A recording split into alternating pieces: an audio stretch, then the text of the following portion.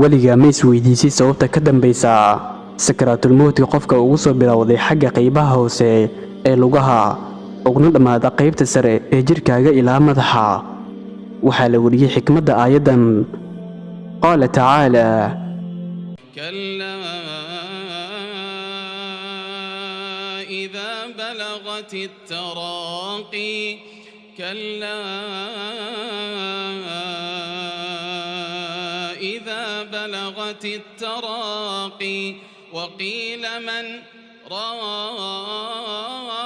راق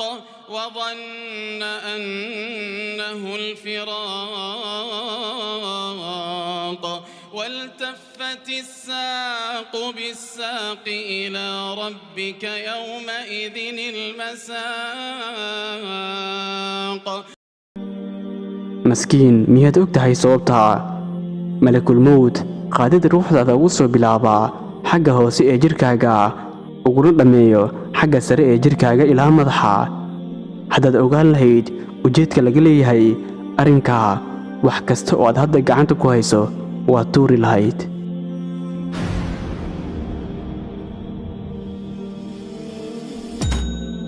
waxaad maanta kadib go'aansan lahayd inaad cibaado keliya aad u go'do dembiyadii hore aad u gashayna waad ka tooba keeni lahayd markii la amro malakul mowt in ruuxdaada soo qaado wuxuu soo saaristiisa ruuxdaada ka soo bilaabaa xagga qaybahaada hoose sababta ama xikmadda ka dambayso waa in aadan ka cararin ama aadan ka argagixin waxa aad la kulmi doonto waayo hore umaadan arkin iyo dhibaatada sakaraatulmowdka uu leeyahay ood la kulmi doonto waa maalin aad kuugu adag